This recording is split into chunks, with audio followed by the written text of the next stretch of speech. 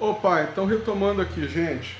Então eu falei para vocês dessas duas questões principais aí do filme, no meu entendimento, pelo menos naquilo que eu quero abordar com vocês, que é essa questão da correlação realidade-ficção e na pergunta crucial do filme, qual é o papel do artista, né?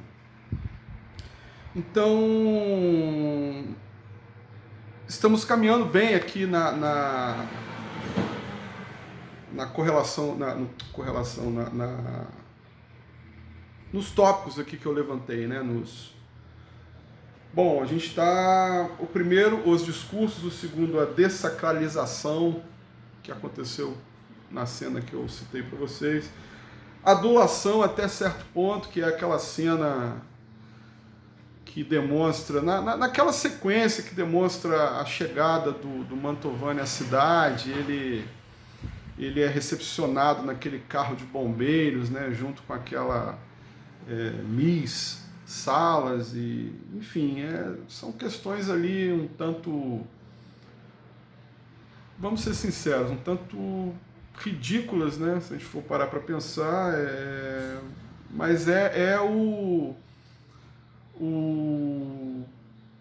o modo de vida da cidade do interior naquela circunscrição ali, e ele aceitando aquilo de boa. Tem uma cena em que ele até chora porque eles fizeram lá uma homenagem para ele, mostrando, né, algumas imagens dele enquanto criança, tem imagens dos pais e tal, ele até chora, enfim.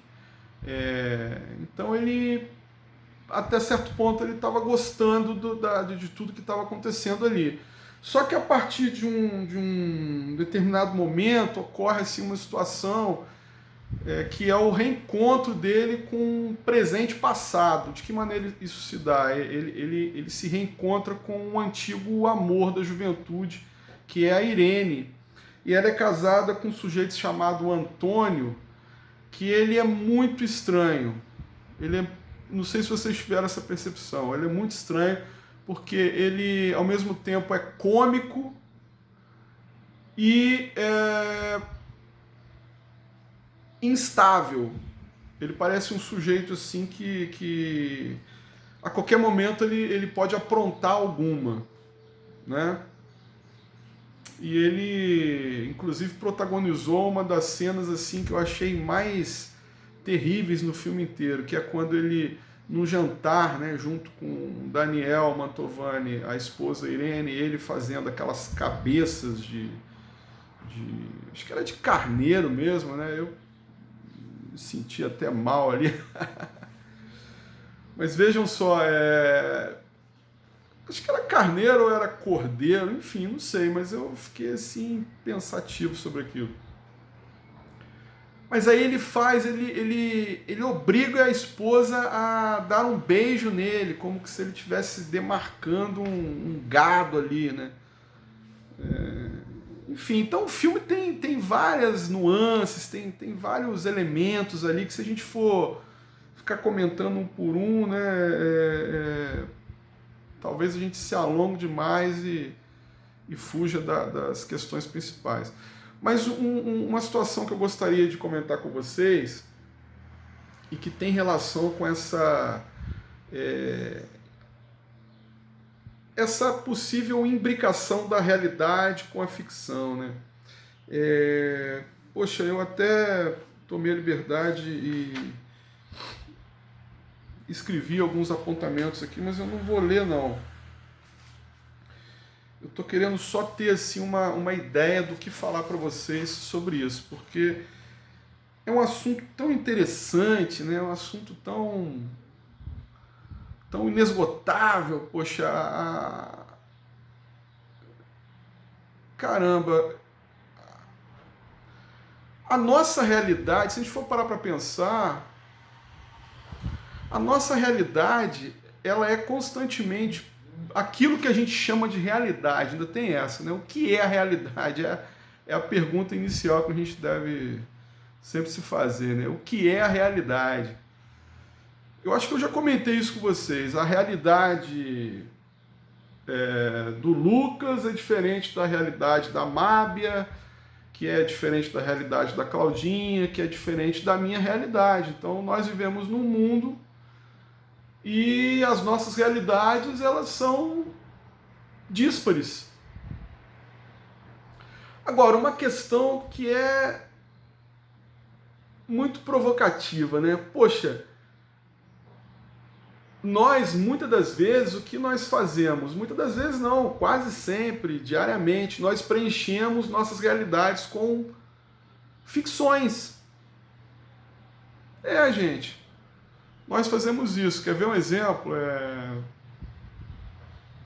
Quando a gente sonha à noite e no café da manhã estamos a comentar o sonho com alguém. Aquelas imagens do sonho que tivemos, elas são fugidias, elas são difíceis muitas das vezes de serem retomadas ao pé da letra. Então o que a gente acaba fazendo? A gente acaba preenchendo o nosso sonho com uma camada de ficção para dar um ordenamento a ele. Então esse exemplo eu fiquei pensando, né, como que eu vou falar isso para o pessoal a ponto deles compreenderem bem, né? Eu acho assim que a realidade ela possui sim um lado ficcional que é muito interessante. Se a gente for parar para pensar, por exemplo, olha como que nós sempre pagamos um tributo, digamos assim, para as questões voltadas para a realidade, mesmo nas ficções que lemos, mesmo nas ficções que assistimos. Quando existe a preponderância da realidade, de certa maneira, a gente fica mais feliz, né? É aquela velha história, baseado em fatos reais. Eu já falei isso para vocês nas disciplinas anteriores. Parece que a chancela baseado em fatos reais atribui assim um nível de importância para aquele material que a gente vai consumir, né?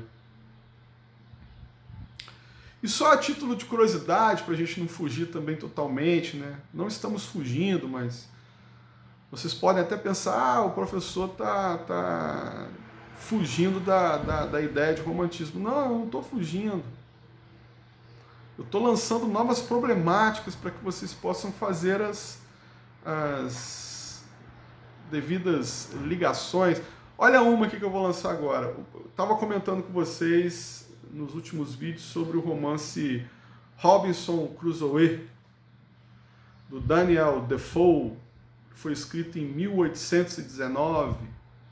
Então, olha o subtítulo curioso do Robinson Crusoe. Cadê? Eu pesquisei aqui para vocês.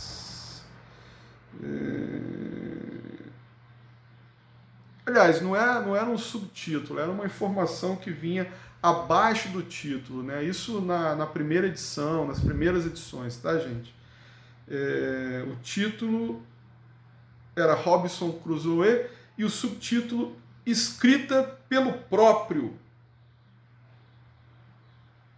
Então, olha só que interessante. O nome do Defoe, o nome não aparecia na capa.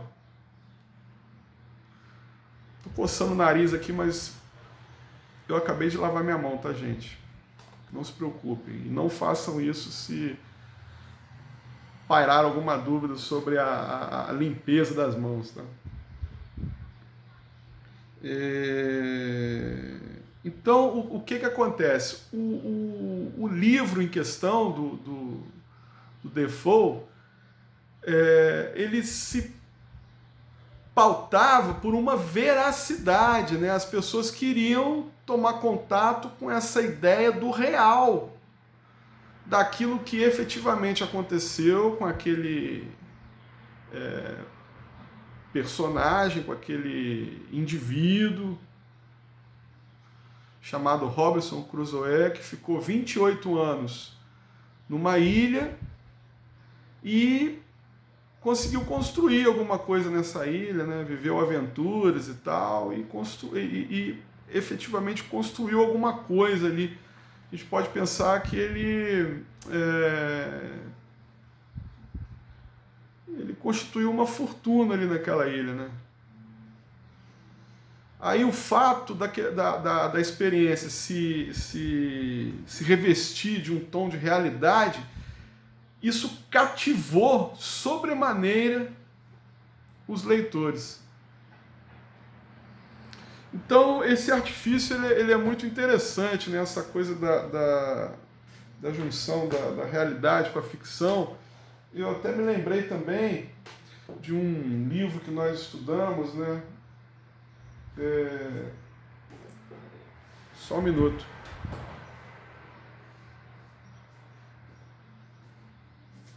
Olha só ele aqui.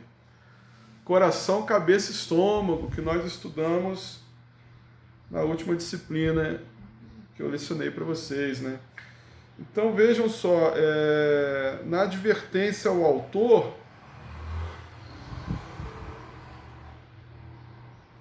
advertência do autor, na verdade, né? O que acontece aqui na advertência? Cadê?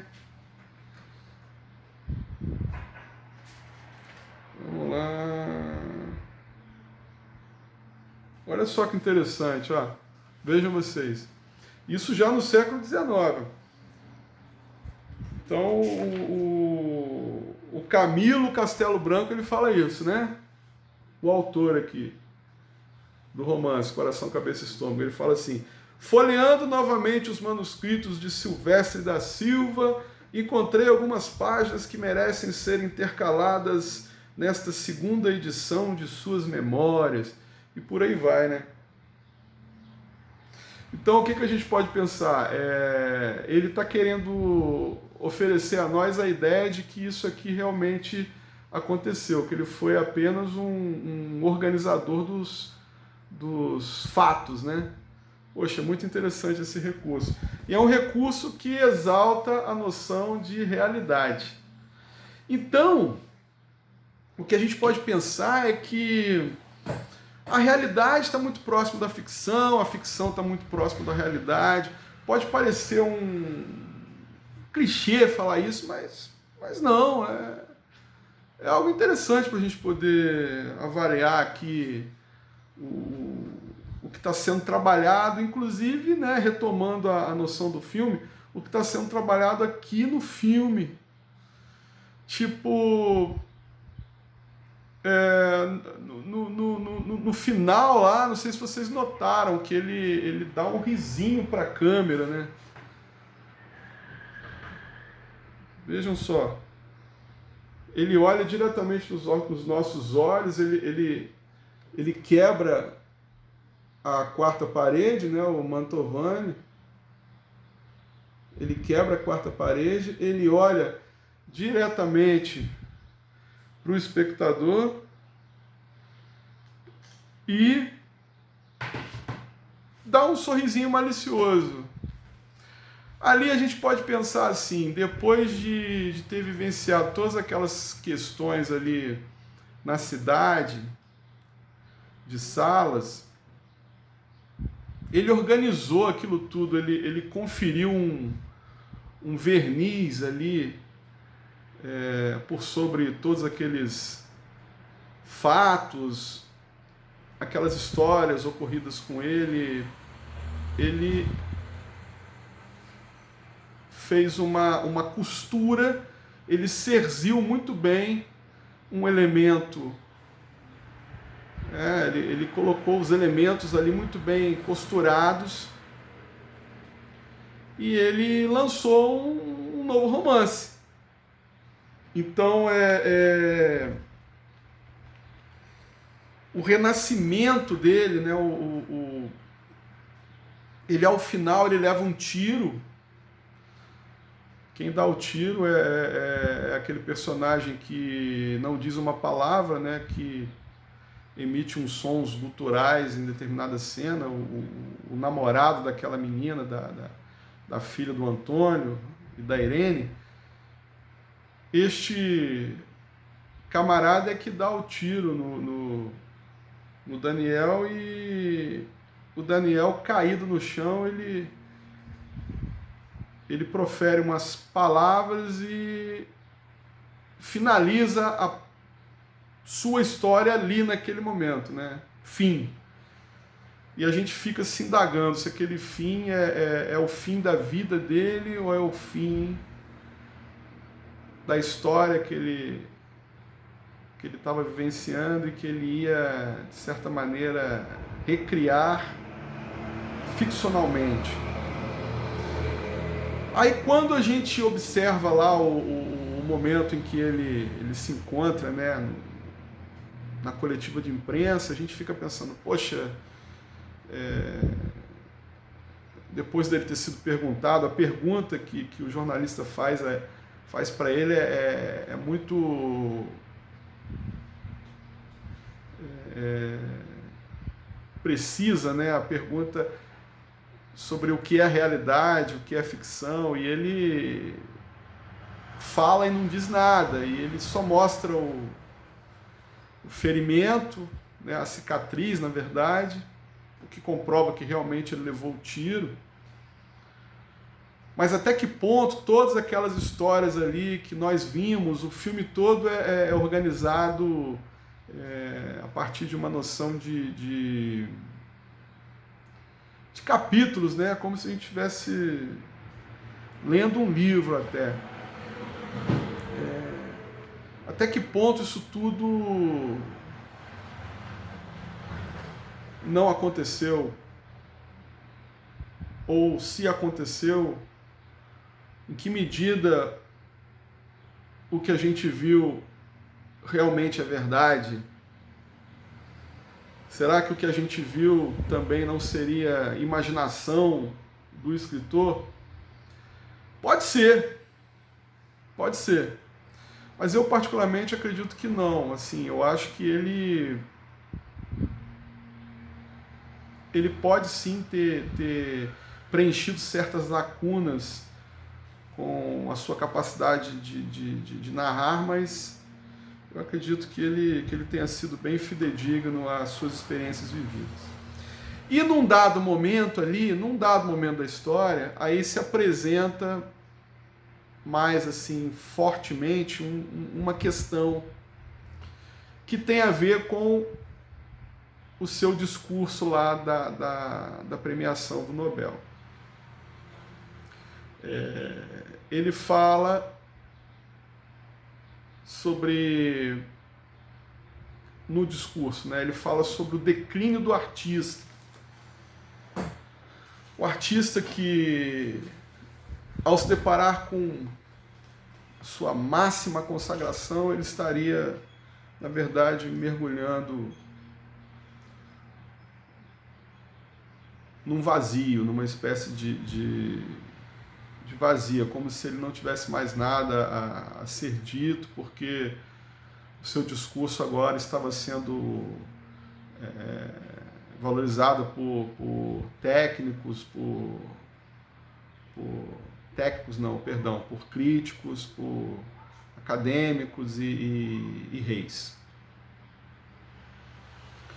Aí acontece uma situação mais ou menos no meio do filme que ele é convidado a ser jurado de um concurso de pinturas da cidade, né?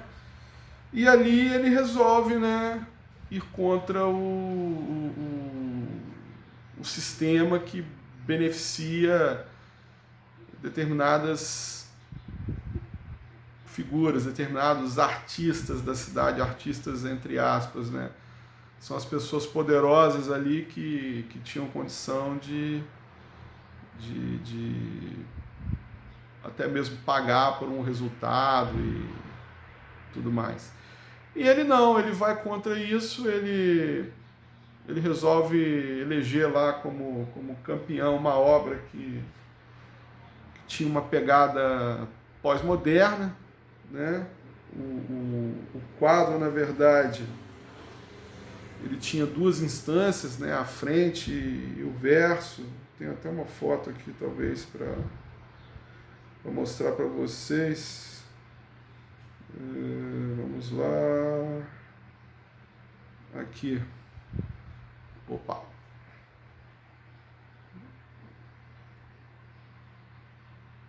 Eles escolhendo o quadro. Reparem, não sei se vocês conseguem ver que na parte de trás do quadro existe, né? Ah, não, aqui seria a parte da frente do quadro, né? A parte da frente, que é a pintura especificamente feita, né? Pelo artista. Vejam vocês. E na parte de trás nós temos uma publicidade, alguma coisa assim. Então ele refletiu a partir, né, de uma questão assim, o sujeito ele fez uma espécie de recriação, né, ao estilo Duchamp. Ele destituiu um objeto de sua natureza e atribuiu um novo valor, né? Ele acabou fazendo isso. Aí ele votou a favor desse candidato, e isso suscitou a ciumeira de um dos poderosos da cidade que tinha um quadro lá, e ele acreditava que seria o campeão. Enfim, aí isso não aconteceu. Aí a coisa começou a complicar pro nosso querido protagonista. Eu vou fazer o seguinte, eu vou dar uma paradinha também mais uma vez, porque o vídeo já atingiu o limite aqui dos 22 minutos. Aí a gente continua em seguida, já finalizando. Desculpa aí, tremeu um pouquinho a câmera.